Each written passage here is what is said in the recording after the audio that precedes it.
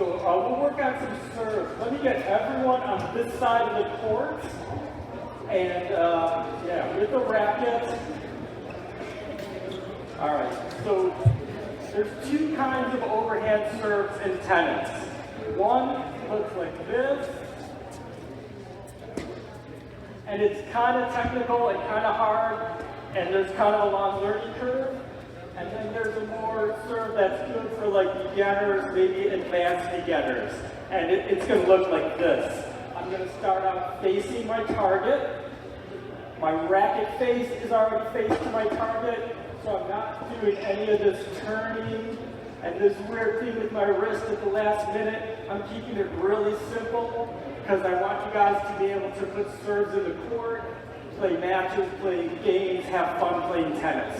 So it's going to look just like this. I'm already aimed for my target, toss, and tap.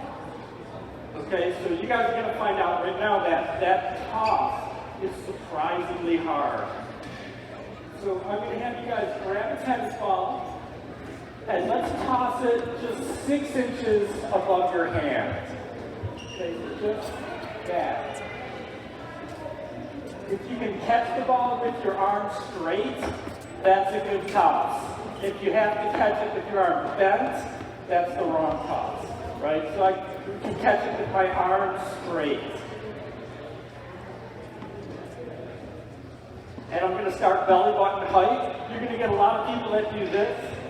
Like they have this whole wind up, they play softball maybe, but just belly button height and straight up. Okay, let's go about 12 inches above your hand now. So I'm a big believer in like small steps. You know, let's go 18 inches above your hand now. And you're going to catch it with your arm straight, no wrist, no elbow, no spin, just a dead ball. Okay, very, very good, guys. So, you know, spend a little time on the toss. Don't get bored if you spend too much time on it.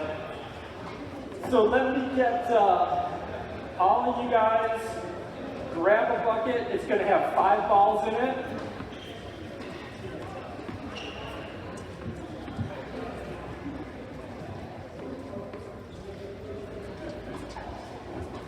And let's get 4 of you, everybody, 4 of you on these French fries, and then 1 behind each person with a French fry.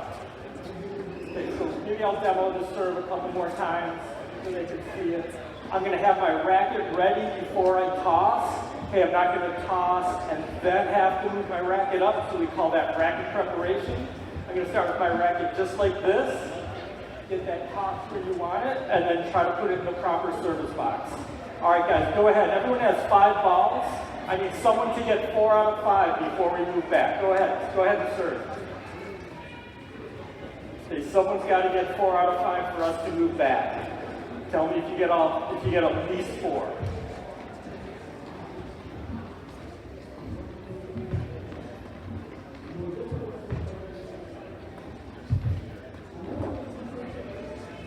Okay, anybody get 4? At least 4?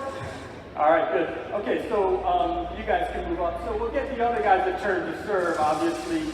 Guys, go ahead and, if you just serve, go ahead and put 5 more balls in your bucket. So again, I'm a big believer in starting them close or even closer, like give them a win, put them right at the net and say, I need 3 people to get 4 out of 5, and then we move back to here, then we'll move back to the service line, then we'll move back to the middle of no man's land, and then we'll move back to the baseline. Because I just have more success with that. All right, let's move it back to the service line, guys. I have more success with that service line. And yeah, the first 4, go ahead.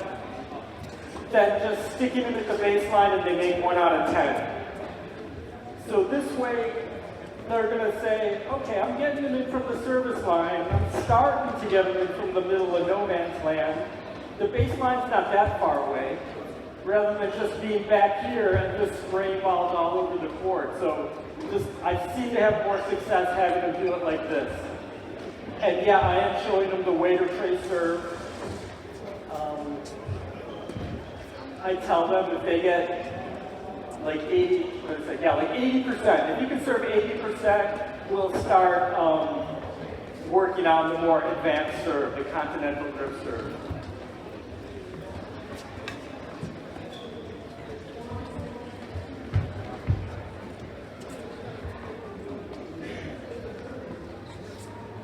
Okay. All right, good enough, guys. So we would work our way back to the baseline, and everyone would get to the baseline. I'll just say I need 2 people to get 4 out of 5, and then we'll move back. And then 2 people to get 4 out of 5, and then we'll move back. So even the kids who are missing are still going to get some attempts from the baseline.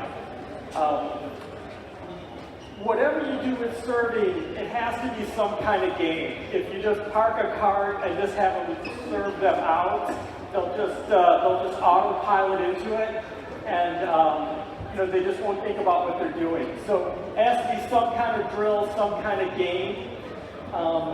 I put in the write-up a couple of games from Jorge Camastani, which are kind of my go-to serve games.